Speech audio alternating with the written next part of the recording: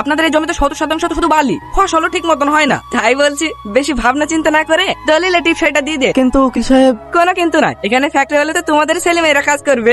না না, আর কথা না বাড়িয়ে টিপ সাপটা দিয়ে দাও। ভবতা ভবতারে দলিলে কেউ ছাপ দেবে না, দেখে ওরা কিভাবে আমাদের সাথে জমি আদায় করে। আহা মাস্টার মশাই, আপনি আবার এই গরমে কষ্ট করে আসতে গেলেন কেন? আমরাই তো যেতাম আপনার বাড়িতে। আমার বাড়ি গিয়ে কোনো লাভ হবে না, কতবার বলেছি আমরা জমি বেচবো না মানে বেচবো না, তাও তুই নির্লজ্জের মতো বারবার চলে আসিস কেন? কি করবো বলুন মাস্টার মশাই, হারামে টাকা না খেলে আমার আবার সংসার চলে না। তাই বলছিলাম সবাই যখন সই করতে রাজি হয়ে গেছে, আপনি আর না করবেন না। ওরা দিচ্ছে দেখ, আমি বেঁচে থাকতে এই জমি কাউকে দেবো না। আপনি মারা গেলে এই জমি কার নামে হবে সেটা আপনি কি করে জানবেন মাস্টার মশাই? রাজা তুই? হ্যাঁ আমি, এই পুরো জমি খালি করার টেন্ডারটা আমিই নিয়েছি। জানতাম অমানুষ কখনো মানুষ হয়নি। এই উকিল, তাপটা নিয়ে নে। রাজা, এই মাস্টার করছে, মাস্টারি কর। রাজার কাছে পাঠিয়ে দিতে আসলে না, জমির কাছে পাঠিয়ে দেবো। কি করবি? মারবি আমাকে? মার মার আমাকে, মার মার।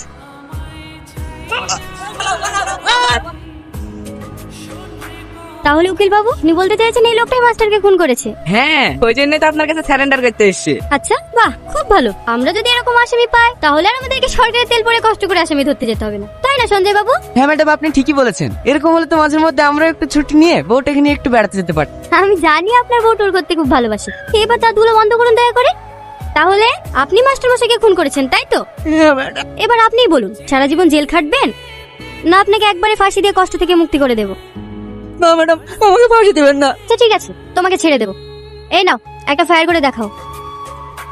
ম্যাডাম কে তো প্রস্রাব করে ফেলিছে। ইস, কোথা থেকে জোগাড় করেন এসব লোক? দেখুন ম্যাডাম, এখানে আপনার কমেডি দেখতে আসেনি, ও খুন করেছে, ওকে অ্যারেস্ট করুন ব্যাস। কমেডি তো আপনারা করছে, খুন করবে অন্যজন, আর আপনারা ফাঁসি দেবেন একটা নিরীহ মানুষকে। আর এটা আমাকে মেনে নিতে হবে। হ্যাঁ আপনি মেনে নিতে পারতো, কারণ ও নিজে মুখে স্বীকার করছে খুনটা এই করেছে। এখানেই তো আমাদের হাত বাঁধা। উকিল বাবু, একটা ছোট্ট ক্লু যদি পেয়ে যায়, খেলা তো সেই দিন দেখাবো আপনার। অতই যখন খেলার ইচ্ছা, তাহলে একদিন কোর্টে আসুন না। তখন দেখা না কে কত বড় খেলোয়াড়। এই বাচ্চাটাকে ওভাবে কাঁদাচ্ছিস কেন? করবো রাজা ভাই, এই সকাল থেকে সবজি নিয়ে বসে আছি, বাজারে মালের রেট চলছে 12 টাকা, আর মহাজন 3 টাকা দাম দিচ্ছে না, কি করে সঙ্গে চলবে বলো? এই মহাজনকে ডেকে নিয়ে আয়। কেঁদো না বাবু, এই নাও, তোমার যা ভালো লাগে তুমি কিনে খেয়ে নাও। আরে যা বল, তুই আমাকে ডেকেছিস? শালা, চাষিরা কষ্ট করে ফসল ফুলিয়ে বাজারে নিয়ে আসবে, আর তুই এসি করে বসে 12 টাকা মাল 3 টাকা কিনবি? তোকে আর এই বাজারে মাল কিনতে হবে না, চল ফট।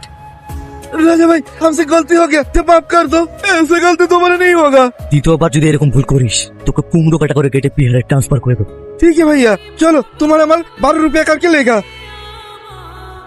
রুমি দুটো চা দে। এই নি ধর, এই মস্তানি করতে যা। কিরে, তুই আবার হঠাৎ এরকম কথা বলছিস কেন? কি বলবো বল?